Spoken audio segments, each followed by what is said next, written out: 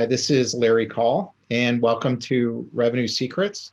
I've invited today Julie and Sonya from Storybrand. They're consultants. They have their own business called Story 22.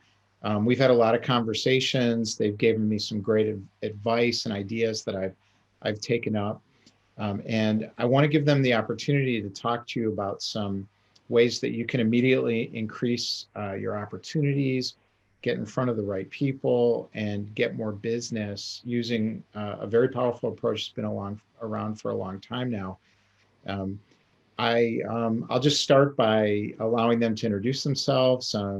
Sonya, Julie, you want to tell us just a little bit about what you're all about and why you're doing what you're doing? Sure. So I'm Sonya and my business partner Julie. We both co-own Story 22, and we're both certified Storybrand guides. We've been running our business for just under a year, though both from a strategic marketing and comms background. We started with I read the book about sort of 4 years ago, Building a Storybrand by Donald Miller, and found that I really connected to the way that he had talked about how we talk to our clients and how we position ourselves as marketers. I think marketing can be seen as a bit of a dark art, and people can use underhand tactics to try and encourage people to buy. And both Julie and I felt quite strongly that we didn't like marketing for that reason. We like to be really clear and make sure that people were getting the products or services that they needed. And Storybrand really did a great, Donald Miller did a really great job of kind of talking through how that happens. Julie and I were working on a project together, and I mentioned the book. Julie loved it. Kind of fast forward a couple of years later, and we were in Nashville going through the certified guide training. And then Julie, do you want to tell us about what Storybrand's about? So Storybrand methodology really kind of strips out all the best theories around why storytelling is so effective and boils it down into one very simple framework. One of the things that really appealed to me was that it kind of strips away all the smoke and mirrors about marketing, and it shows you very clearly how you can just use the power of story and why story works. And it uses sort of 7 critical story points, which if you kind of follow through, it's really the story points that you can find in any hit movie that you've ever watched in your life, or any great book that you've ever read in your life. They're all there, these key story points. But the thing is, with marketing generally, there's over the years there's been a kind of a trend of placing the business at the forefront of that story. When we talk about brand stories, we often think about the business story and how we position ourselves and how we tell people how good we are at what we do and what our history is and what authority we have to take their business from people and why people should do business with us. And Storybrand turns that on its head and makes the story about the customer, and then how the business responds to the customer's needs. So we identify what the customer's problem is first of all, and then the business comes in as the guide in the story and solves that problem for them. And it's only when you kind of get to that guide section that the business starts to talk about itself, but it's always from the customer's perspective. So the reason for all of this is because of the way that the brain works. What makes Storybrand so successful is the way our brains work is that they filter out all of the information that we don't need on a daily basis, and they only focus on the information that's of interest to us.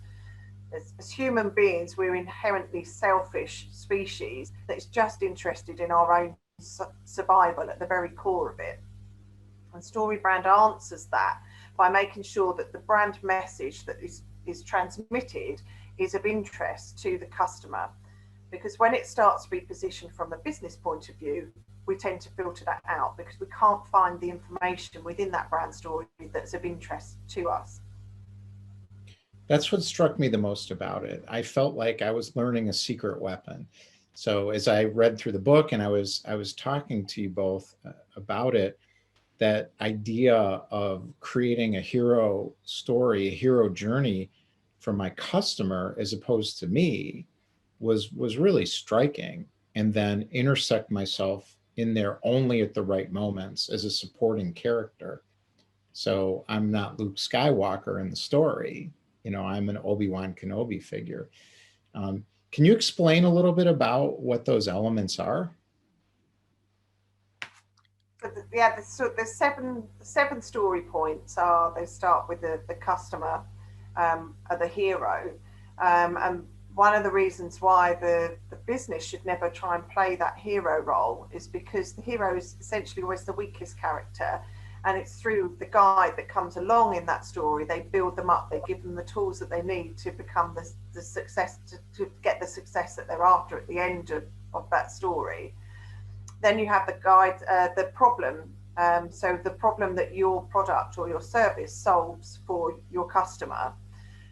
Then you come in as the guide. So you're the person that comes in and saves the day for them by giving them the answers to their problems. Then there is a call to action. That call to action has to be something super simple. So an area where lots of businesses, websites particularly, trip up on their call to action. So they might end up being quite vague, like let's get started or learn more is a very popular one. But by not having that very clear call to action, that can stop people by taking that action, because it's not active enough, it's too passive. And we need, as humans, we need to be kind of told what to do, and we need to know why we're doing it as well. So we need our calls to action to be something like schedule a call, or a very positive action, so that we know what it is that we're entering into when we take that step forward. So you have your call to action, and then the next one is your plan. So how people are going to work with you, what that looks like. The plans have to be super simple. So even if the plan of how people work with you is 28 steps to get your customer from this point in their journey to getting the product or the service, and maybe a very complicated service that you go through, you never sell it as a complicated service. You make that really simple for them. They schedule a call, you put a plan in place for them, they get the outcome that they're looking for. By keeping that really simple, then it removes some of the objections that people may have to doing business. And then the final two parts of that story are the success and the failure. So what success looks like, we should always paint that vision of success for people. You're going to go from this point to this point, and we're going to get you there. And then that failure, what life looks like without you. Because if they don't have your product or service in their life, then if they don't need that product or service in their life, if there's no detriment to them not having that in their life, then why should they do business with you? So it's really important to kind of sprinkle in that risk that if they don't move forward, then their life is not going to look as shiny as it would do if they went forward with you. So that's the kind of the process of that story. Do you have an example that can illustrate that story journey? I mean, like Julie said earlier, you can look at that through, through any movie, and that's really what it's, taken from, or book. And one of the things about Storybrand is once you understand it, you really can see those story loops opening up in any film or book or, TV show that you watch. And if you think about, Karate Kid as an example, and it's one Donald Miller uses in the book. You've got Daniel, who's the hero of the story, and what he wants is to get the girl, and he wants to stop being bullied, in his new hometown. And so he meets the guy. So he's got problems. So his problems split into three sections. He's got the external problem is that he's getting bullied. The internal problem is that's making him feel bad. And the philosophical problem is it shouldn't have to be like that. He shouldn't be bullied at school, for, being the new kid in. So he meets the guide, Mr. Miyagi, who then can, shows him how to move forward.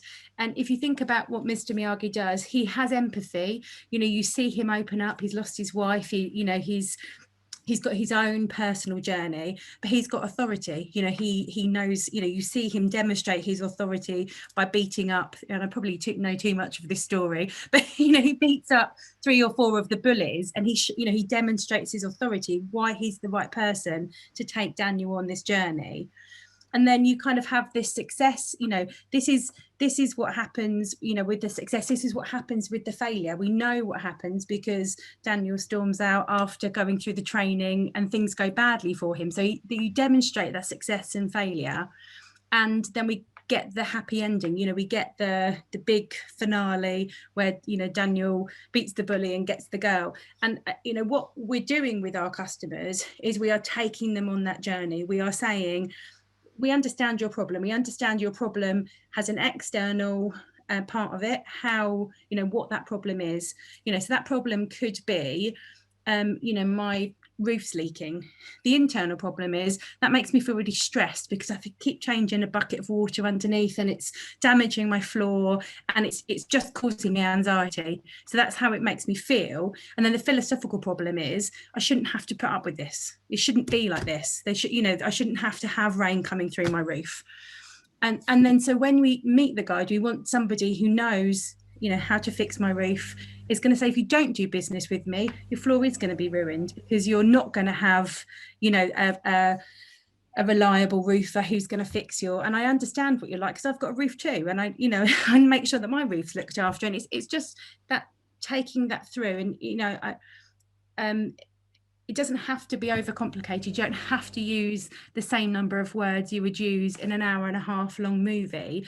Sometimes we do websites for clients and they have got maybe 250 words on them because you're really clearly and quickly getting to the point, understanding their pain, and then moving them through that journey to this is what this is what your transformation is going to be. You're going to go from feeling anxious and upset that your roof is leaking to, having a great roof that is going to last for the next 25 years. How do you apply a really simple storytelling methodology like this to something very complicated, like a B2B business that has a lot of product offerings, works in a lot of different markets? So the important thing is to find the overarching problem that's going to reach out to all of your clients. So if you've got financial company, you may have people that need tax advice, you may have people that need life planning advice. Very different audiences, very different problems. So it's easy to a lot of businesses make the mistake of trying to address all of those things. And by doing that, even though they supply sort of 27 different services, when you try to communicate 27 different services, it just becomes confused. And your audience of your tax advisors, the people that need tax advice, are not interested in what you're telling them about life planning. So then they start to switch off. They start, their brain filters that out and they're not interested. They've moved on. So what you need to do is to make sure that the message, your overarching message, reaches out to all of those people. So it could be that the people that need tax advice and the people that need the life planning advice, they both need an expert financial advisor because they don't have those skills themselves to help themselves through that. So the problem is they don't have the expertise to solve whatever their financial problem is. And that makes them feel that they're worried that they might take a step in their financial business that puts them at risk. So they're the shared elements of that problem.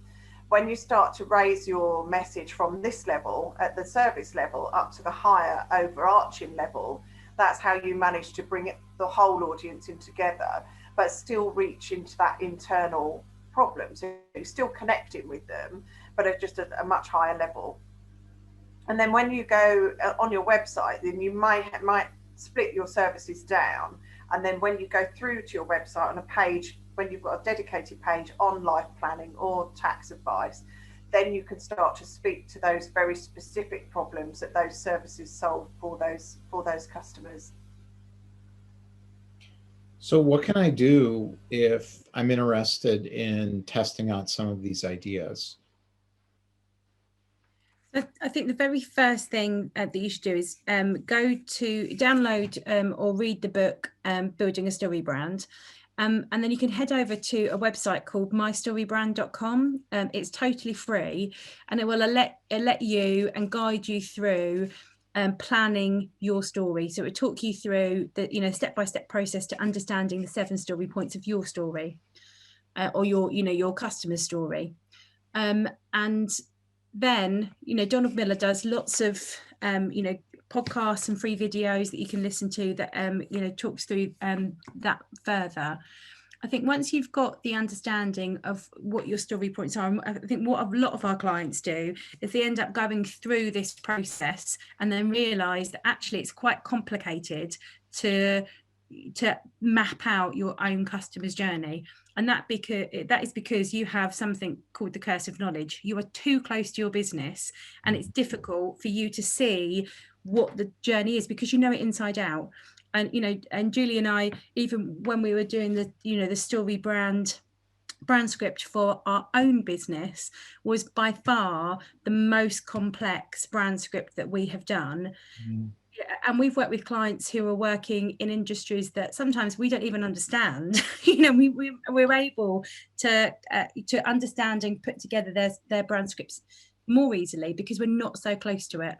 So a lot of clients do kind of go through this process of buying the book, going to mystorybrand.com, and at that point, if they aren't able to successfully translate that into a page for their website or emails or social media, they'll then get in touch with the Storybrand guide, and that Storybrand guide has been trained and certified by Donald Miller to be able to help translate those 7 story points that you've worked out into a marketing strategy and a marketing message for you to move forward. So as Storybrand guides, what's the easiest way that people can start to engage directly with you then? So you can come to our website. So our website is www.story22.co.uk. We have a free strategy call where people can book a call. We'll go through very quickly what their problems are that they're having with their business, and we'll give them some pointers on that call. If they want to move forward with us, to work with us, then the brand script process is always the starting point for everything. That's kind of the foundation from which all of their marketing should follow, and whether that's their sales calls, their proposals, right the way through to their brochures and their websites that they use. It really kind of can be applied across absolutely all of your collateral. So that's definitely the starting point that we would recommend people start from.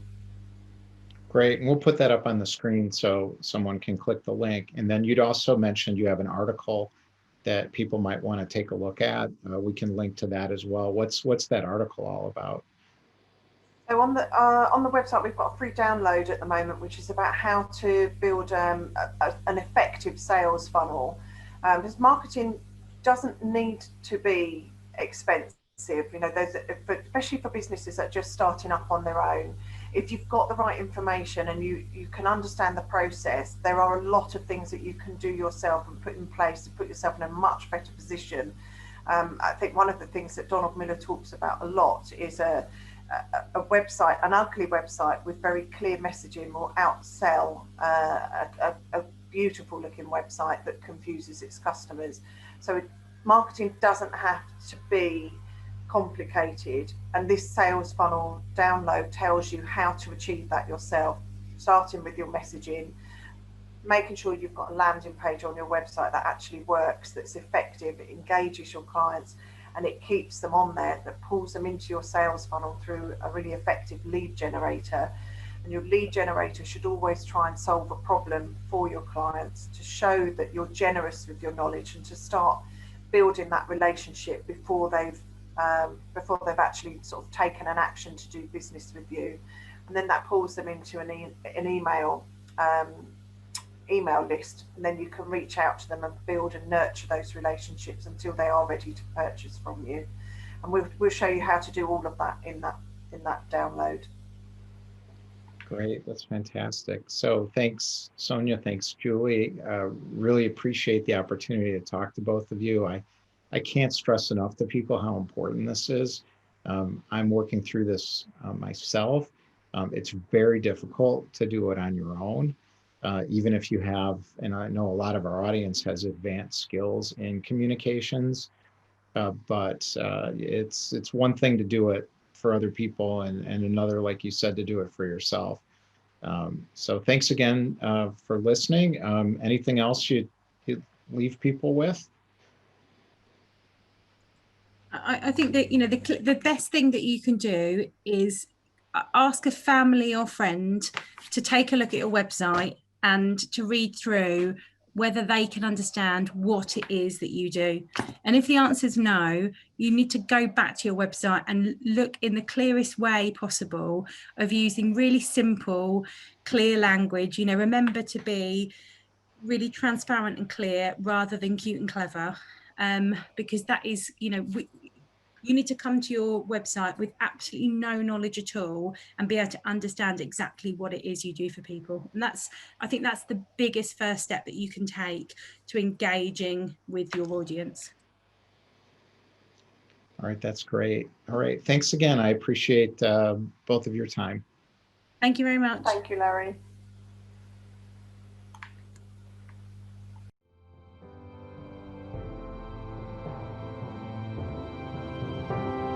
Thanks for listening.